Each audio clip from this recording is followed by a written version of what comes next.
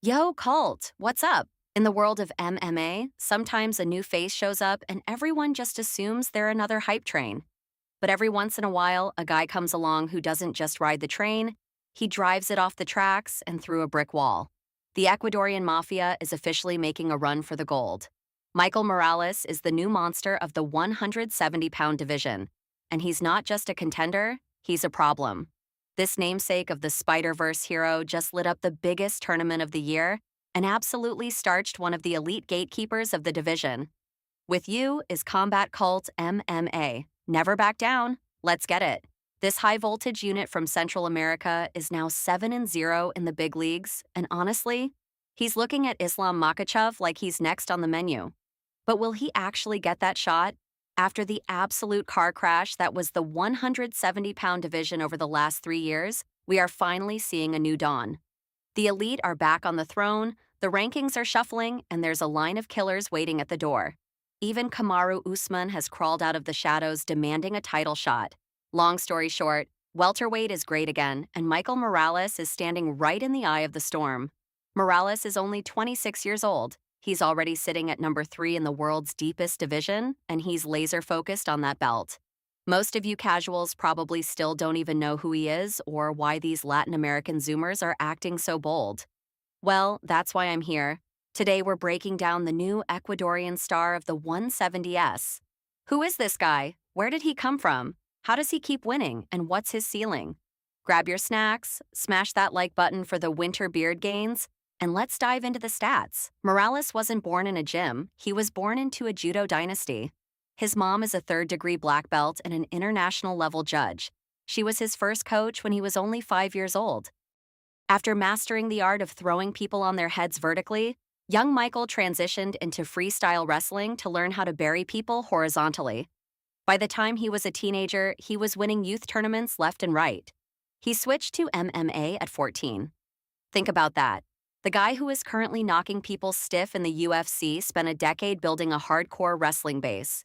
It was his dad's idea back in 2013, and man, was Pops right. Before the lights and the cameras, Morales was a blue-collar grinder.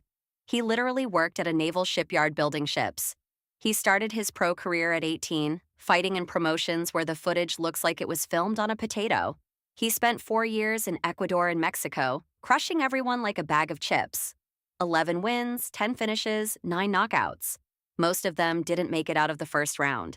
Now, if you check topology, some detectives found a dark spot on his record. Apparently, back in the day in a tiny promotion called Autima Pilea Ecuador, Michael might have lost via triangle choke. But Sherdog doesn't count those backyard fights as pro bouts, so in the eyes of the UFC, he's still the undefeated golden boy. You guys decide, is a fight in a ring made of scaffolding and ladders a pro fight? To me, it just shows he's been in the trenches since day one. By 22, he was at Dana White's Contender Series. He faced Nikolai Veretennikov, a guy on an 8-fight win streak who was 10 years older. Didn't matter. Morales was faster, stronger, and just plain better. He got the contract and hit the UFC like a freight train. He started against Trevin Giles, a tough out who had just fought Dricus du Plessis. Giles actually dropped Morales early, but Michael recovered and caught him with a Miocic-style right hand that sent Giles to the Shadow Realm. After that, he dismantled Adam Fugit, then took business-like decisions over Jake Matthews and Max Griffin. People started calling him boring after those decisions. They said he lost his edge. That clearly annoyed the Ecuadorian because he decided to go back to his roots. Breaking faces. First up was the ultimate gatekeeper, Neil Magny. Magny tried to hug him against the fence for 5 minutes, but Morales landed a nasty elbow, took his back, and pounded the veteran into the canvas. That win put him in the top 15. Then came Gilbert Durinho Burns. Morales showed the Brazilian vet way too much respect early on, but once Burns landed a takedown, Michael flipped a switch and brutally finished him. But the real shocker? Sean Brady. This was supposed to be the test. Brady had only ever lost to Bilal Muhammad and looked like a grappling nightmare. Morales made him look like a regional amateur. Brady couldn't even get close enough to sniff a double leg. Michael looked like he was in a different weight class, landing bombs until Brady folded in 90 seconds. Just like that, Morales jumped to number 3. How does he do it? He's a hybrid. He's a judo wrestling base who a hybrid. He's a judo wrestling base who refuses to be bullied on the ground, which allows him to hunt for KOs with zero fear. He's an absolute physical anomaly. On paper, he's 6 feet 0 inches, 183 centimeters. But standing next to Brady, he looked 6 feet 4 inches. He's massive, strong, with a 79-inch reach. His boxing is crisp, his timing is elite, and he doesn't just brawl. He snipes.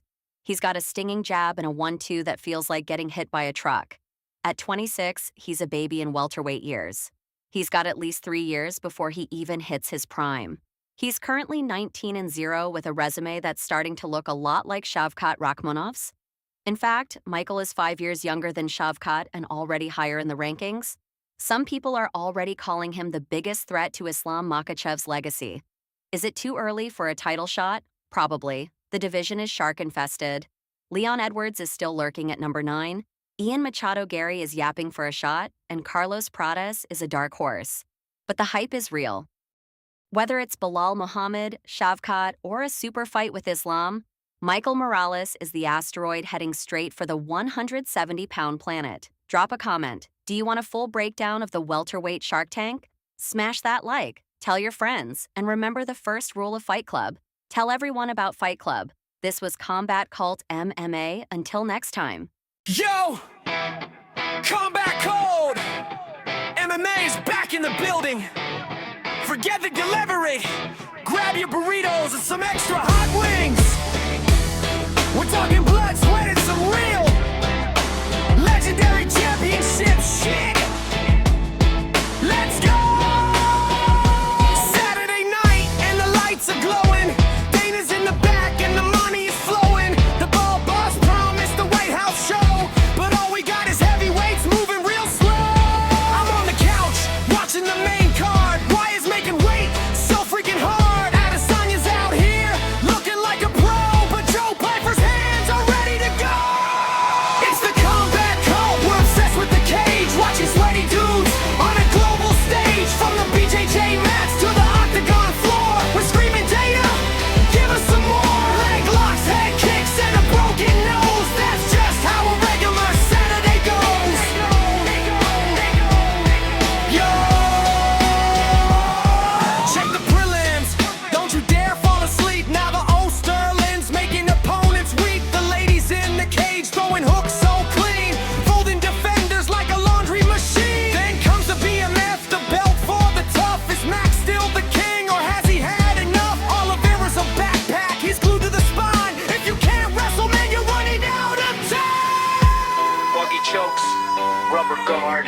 Why is the ground game so freaking hard? Herb Dean's waiting, looking at the clock, while someone's getting kicked straight in the pausa. Wait! 100K respect points to the ref. The crowd is going wild. They're going down!